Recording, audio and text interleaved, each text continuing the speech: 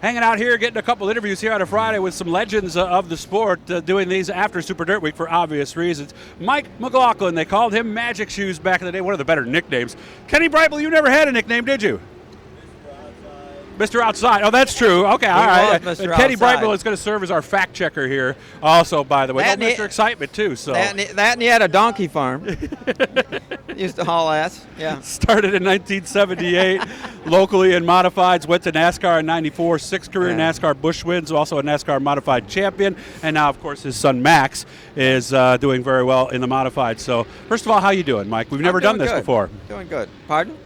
You good? Feeling good? Life is good? Yeah, one day at a time. Mm-hmm. Everything's going pretty smooth at this point. And, of course, a couple years ago, I know you guys were basically threw in everything you had to get your son racing. That had to be were we living in the garage at Weedsport or something, if I remember right? We did. Well, HBR, they've been good to us for a lot of years. And, he gave Max, gave Max an opportunity to run at a young age in the modifieds and paid his dues.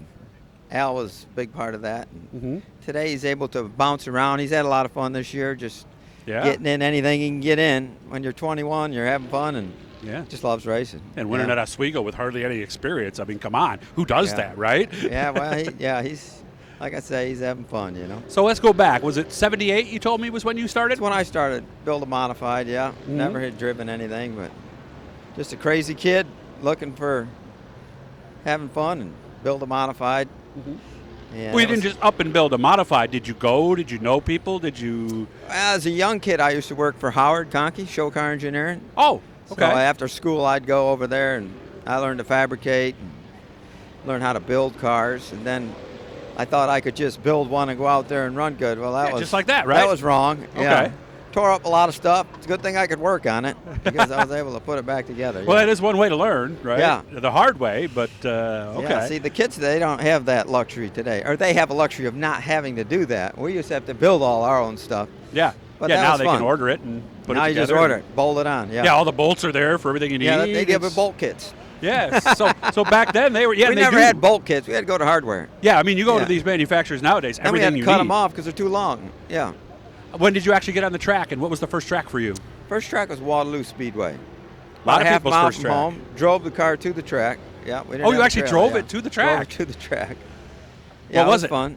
We tore the front wheels off it, but it was fun. Yeah. Okay. Did that on a regular basis for a while. Well, what was a modified in 1978? It was a car that I had built. Actually, I should have went to Spencer Speedway instead of had to do a dirt track. You sat on the left. I was influenced by Dennis Taney. Oh, yeah. He was a good racer, late model guy. And, he kind of went down that path of building more of a late model style car. But looking back on it, Yeah. We had fun. How long did it take to find success? A few years. Yeah. Canandaigua was the first win. That was it. What year was that? 80 then? 81? That was around 79 or 80. Yeah. Who would you have been racing against back in 79 and 80? That would have been up there was Merv, Will Cagle. Mm-hmm. That's how I got the nickname from Joe Murata. Won on the last lap and beat the two of them. And that's when back then everyone was AJ Slideways. Right. Jumping Jack. Mm-hmm. Everybody had their own deal, So it was something like he must have kind had of tagged me with magic shoes and it stuck. So he must have had some magic shoes to make that move. I never seen much in the magic shoes, but that's not a bad nickname, though, right? We had fun. Yeah. I mean, if you're going to get a nickname, right? Yeah, right. They call me Motormouth. I didn't like that. So yeah, that's not as good as Kenny like that. That's not a flattering nickname. Yeah. When did the idea of going asphalt and NASCAR start to pop into your head? A gentleman by the name of Norm Foster had given me an opportunity to run a super to Oswego, and we did that. Wow, so your son really came full circle to you. Yeah, he did. Huh? Max has been full circle quite a few venues, that I had done myself. But, and then we went to Asphalt Modifieds from there. Okay. Oh, you didn't stay with the Supers? About a year and a half. It was one of Jimmy Champine's Supers, and then Norm was good friends with Jim. Okay, I see. And then we lost Jim that year. Oh. And Norm kind of, he just kind of lost interest there, but yet still wanted to run a modified, so we started with a modified and traveling a little bit.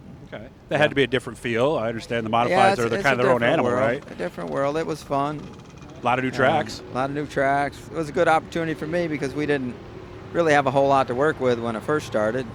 But thanks to my family and friends, local businesses that helped out, which most people survive on that today. When did Busch start to happen? How did that? That was in '94 when Todd Bodine was running for Frank Cece.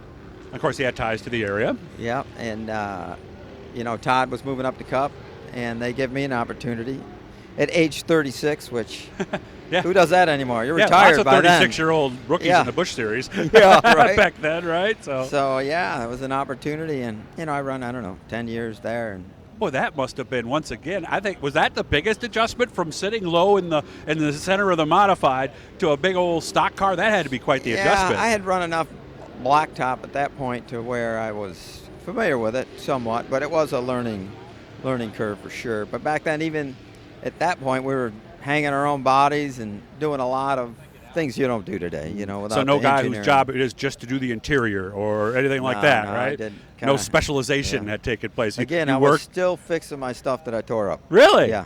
Even Okay. in that Busch Series, yeah. Boy, so these guys today got it somewhat easy, I guess. Of course, I think it's tougher to get there today, or is it?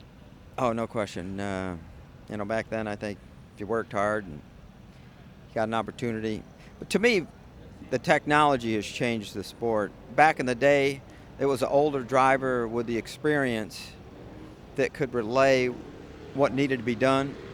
Where today, with the technology, they just look at the data and say, well, you're not doing this, you're doing this. And it's a different world today to where you just plug a driver in, and if he has the ability, he adapts quick because the car's there. Well, I also heard that when they went to fuel injection, they could map what they're doing with their right foot, and it kind of exposed a few people, right? I'm not going to use any names, because I don't want to, but well, it did. Is that true? It is true, yeah. Okay, so this guy's driving a lot harder than you are. Why do we have you in the car, right? So Exactly. All right, I want to bring Kenny Brightbill in for a second because Sure. He's been listening. He's been fact-checking this entire interview. He loves that term, I take it, too. So any question? No? I'm learning here. Oh, you were learning? Sure, learning about his career. It's interesting. So your paths never crossed? Well, we raced together back in '78 at Rolling Wheels. He said I went over his wheel and flipped out over it. Yeah. Took a flip At Rolling Wheels, I must have misjudged and ran over his back right rear tire and took me out over. I wasn't sure if I put him out or he put himself out.